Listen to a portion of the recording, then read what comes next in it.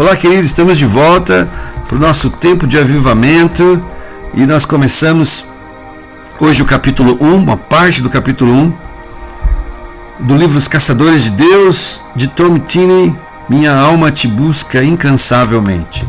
Capítulo 1, o dia em que quase o alcancei, buscando a Deus. Salmos 63, 8. Minha alma se apega a Ti, Tua forte mão direita me sustenta, Senhor. Nós pensamos que sabemos onde Deus está. Nós pensamos que sabemos o que o agrada e estamos certos de que sabemos aquilo que o desagrada. Temos estudado tanto a palavra de Deus e suas cartas de amor para as igrejas que alguns de nós alegam saber tudo sobre Deus. Mas agora pessoas como você e eu em diferentes lugares do mundo estão começando a ouvir uma voz persistente no silêncio da noite. Não estou perguntando o quanto você sabe a meu respeito. Quero lhe perguntar, você realmente me conhece?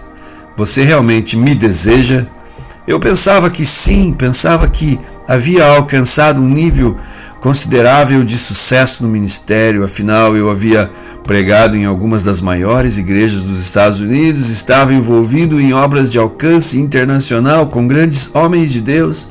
Fui à Rússia várias vezes e participei da fundação de muitas igrejas naquele país. Fiz muitas coisas para Deus pensando que era o que eu deveria fazer.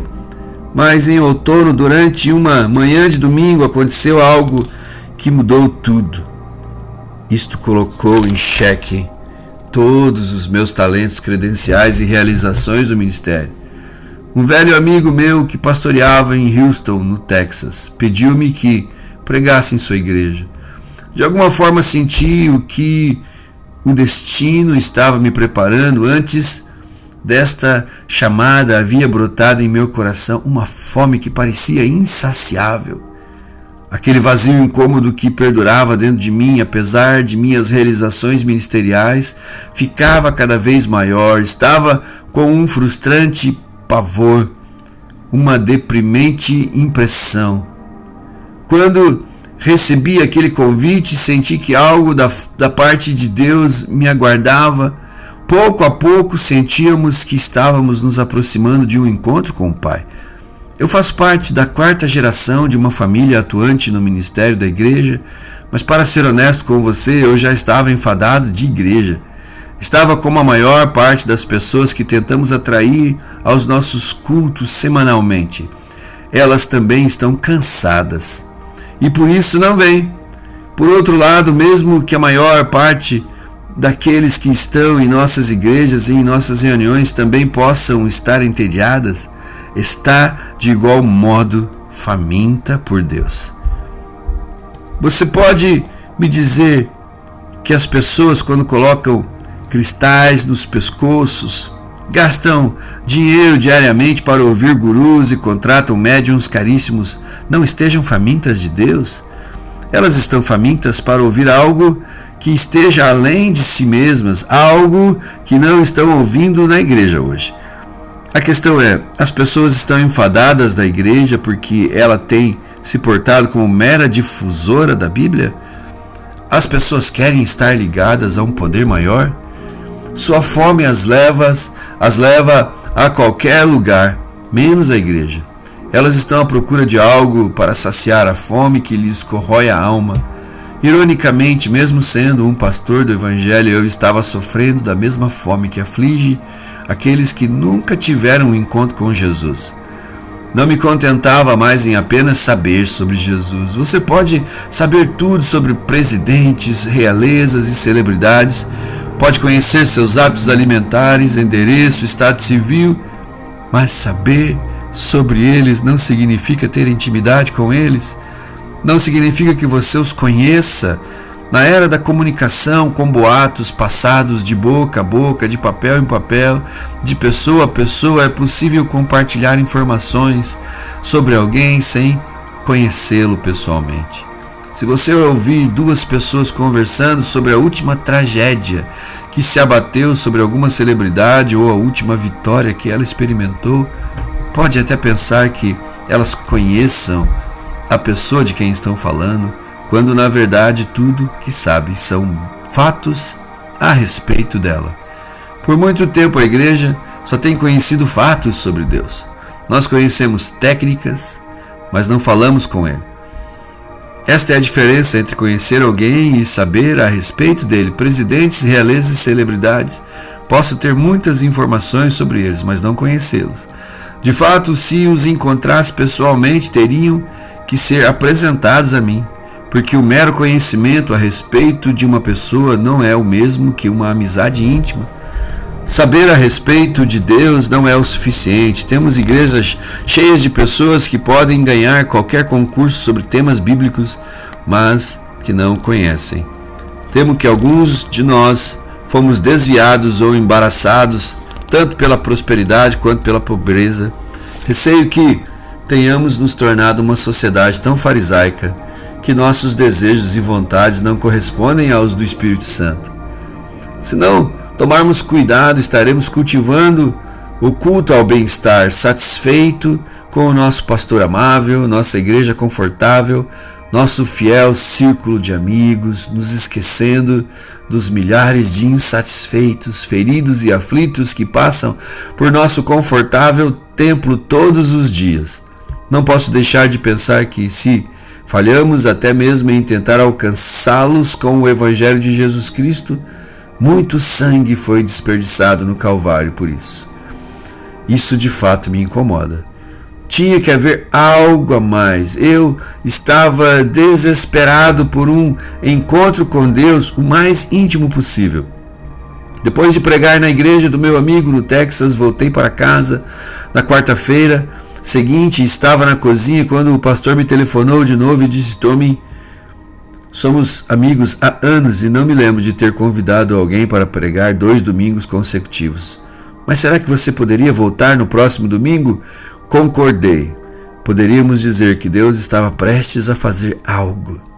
Estaria o perseguidor agora sendo perseguido? Estaríamos prestes a ser apreendidos pelo que estávamos buscando? O segundo domingo foi ainda mais abençoado. Ninguém queria deixar o prédio após o culto da noite. O que devemos fazer? Meu amigo me perguntou. Deveríamos fazer uma reunião de oração na segunda noite? E eu lhe disse e acrescentei: passaremos todo o tempo orando intensamente. Vamos apurar até que ponto vai a fome das pessoas e ver o que está acontecendo. 400 pessoas se apresentaram na segunda-feira para a reunião da oração e tudo o que fizemos foi buscar a face de Deus. Algo realmente estava acontecendo. Uma pequena rachadura aparecia no bronze dos céus de Houston. Uma fome coletiva estava clamando por uma visitação. Voltei para casa na quarta-feira. O pastor estava novamente ao telefone me dizendo: Tommy, você pode voltar no domingo? Ouvi suas palavras e seu coração. Ele verdadeiramente não estava interessado em minha volta. O que eu e ele queríamos era que Deus viesse. Ele é um dos nossos, é um caçador de Deus, e estávamos em uma ardente busca. Sua igreja havia estimulado a fome que havia em mim, eles também tinham sido preparados para esta busca. Havia uma sensação de que estávamos prestes a agarrá-lo. Uma expressão interessante, não é? Agarrá-lo. Realmente é uma expressão impossível. Podemos agarrá-lo assim como o leste pode agarrar o oeste. Eles estão muito longe um do outro. É como brincar de pega-pega com minha filha. Quando ela chega em casa após um dia de aula, nós brincamos como tantos outros pais e filhos mundo afora. Ao tentar me pegar, apesar do meu corpo grande e desajeitado, ela não consegue nem mesmo me tocar, porque uma criança de 6 anos não pode pegar um adulto. Mas não é este o propósito da brincadeira, porque alguns minutos depois ela diz sorridente: Ah, papai! É neste momento que ela captura não só minha presença, mas também meu coração. Então me volto e não é mais minha filha que está me buscando agora. Eu é que corro atrás dela, a alcanço, e caímos na grama entre abraços e beijos. O perseguidor torna-se perseguido. Será que podemos pegá-lo, agarrá-lo? Literalmente não. Mas podemos pegar seu coração. Davi fez isso. Se podemos pegar seu coração, então ele se volta e nos busca. Esta é a beleza de ser um caçador de Deus. Você busca o impossível sabendo que é possível. Aqueles crentes em Houston tinham 2 cultos agendados aos domingos. O primeiro culto da manhã começava às 8h30 e o segundo, seguido a este, às 11 horas. Quando voltei ao terceiro fim de semana, senti uma forte unção naquele lugar. Um toque do Espírito Santo. Então eu chorei e eu tremi. Mal podíamos respirar. Na manhã seguinte, entramos no prédio às 8h30 para o culto dominical, esperando ver aquela multidão sonolenta com sua adoração desinteressada, enquanto me encaminhava para me sentar na primeira fileira. A presença de Deus estava tão densa naquele lugar, de uma forma tão intensa que o ar estava denso, mal podíamos respirar. A equipe de louvor visivelmente se esforçava para continuar ministrando, lágrimas jorravam, estava cada vez mais difícil tocar. Finalmente a presença de Deus pairava tão fortemente que eles não mais conseguiam tocar ou cantar. O dirigente do louvor rompeu em soluços atrás do teclado.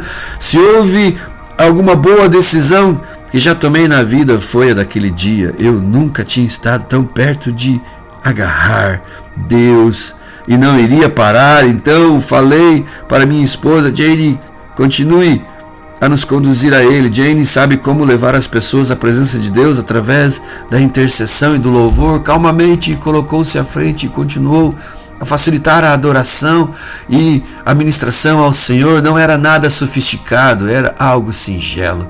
Era a retribuição mais apropriada àquele momento. A atmosfera me lembrava a passagem de Isaías capítulo 6, algo que li e até mesmo ousei sonhar que poderia experimentar um dia. Nessa passagem, a glória do Senhor encheu o templo. Nunca entendi o que significava a glória do Senhor encher um lugar. Já havia sentido Deus muito próximo, mas daquela vez em Houston, quando pensava que Deus estava presente, mais e mais sua presença enchia o santuário. É como a cauda de um vestido de noiva que mesmo depois da entrada da noiva na igreja continua a entrar após ela. Deus estava lá, não havia dúvidas quanto a isso, porém cada vez mais dele continuava entrando no lugar, até que, como em Isaías, literalmente encheu o templo. Algumas vezes o ar ficava tão rarefeito que se tornava muito difícil respirar. Parecia que o oxigênio vinha em pequenas porções. Soluços abafados percorriam a terra. Em meio a tudo isto, o pastor veio a mim e perguntou: Tommy, você está pronto para assumir o púlpito? Pastor, estou receoso de subir até lá porque sinto que Deus está prestes a fazer algo. Lágrimas estavam correndo pelo meu rosto quando disse isso. Não temia que Deus me abatesse ou que algo ruim acontecesse. Simplesmente não queria interferir e afligir a preciosa presença que estava preenchendo aquele lugar. Por muito tempo nós humanos permitimos o mover do Espírito Santo até certo ponto, mas quando perdemos o controle, logo puxamos as rédeas. A Bíblia chama isto de apagar o Espírito Santo em 1 Tessalonicenses 5,19. Por muitas vezes paramos no véu do tabernáculo. Sinto que devo ler 2 Crônicas 7,14. Tenho uma palavra do Senhor, disse meu amigo. Entre muitas lágrimas balancei a cabeça e disse: vá, vá. Meu amigo não é um homem dado a expressar seus sentimentos, é essencialmente um homem equilibrado, mas quando começou a andar pela plataforma, mostrava-se visivelmente abalado. Naquele momento tive tanta certeza de que alguma coisa estava prestes a acontecer que fui em direção à cabine do som no fundo da sala. Sabia que Deus iria se manifestar, só não sabia onde. Eu estava na primeira fileira e sentia que algo poderia acontecer atrás de mim ou ao meu lado, e eu estava tão desesperado para agarrá-lo que caminhei para o fundo da sala. Enquanto o pastor se encaminhava para o púlpito, dessa forma eu poderia perceber todo o ambiente. Não estava certo do que aconteceria na plataforma, mas sabia que algo iria acontecer. Deus, eu quero ser capaz de ver o que quer que o Senhor esteja prestes a fazer. Meu amigo subiu para o púlpito no centro da plataforma, abriu a Bíblia e calmamente leu a arrebatadora passagem de 2 Crônicas 7,14. Se o meu povo, que se chama pelo meu nome, se humilhar e orar e buscar a minha face e deixar seus maus caminhos, então eu ouvirei dos céus, perdoarei os seus pecados e sararei a sua terra. Então ele fechou a sua Bíblia, agarrou as bordas do púlpito com as mãos trêmulas e disse: a palavra do Senhor para nós hoje é que paremos de buscar seus benefícios e busquemos a Ele. Não vamos mais buscar suas mãos, mas sim a sua face. Naquele instante ouvi o que parecia ser o eco de um trovão, e o pastor foi literalmente tomado e lançado a uma distância aproximada de 3 metros do púlpito. Quando ele foi arremessado para trás, o púlpito caiu para frente. O belo arranjo de flores que estava em frente caiu no chão. Porém, antes que o púlpito batesse no chão, ele já estava partido em 2 pedaços. Havia sido partido em 2, como se um raio o tivesse atingido. Naquele instante, o temor tangível da presença de Deus encheu aquela terra, aquela sala. Ficamos por aqui, querido. Amanhã continuamos no capítulo 1 e encerramos. Deus abençoe, que você tenha um dia cheio da presença poderosa do Espírito Santo, em nome de Jesus.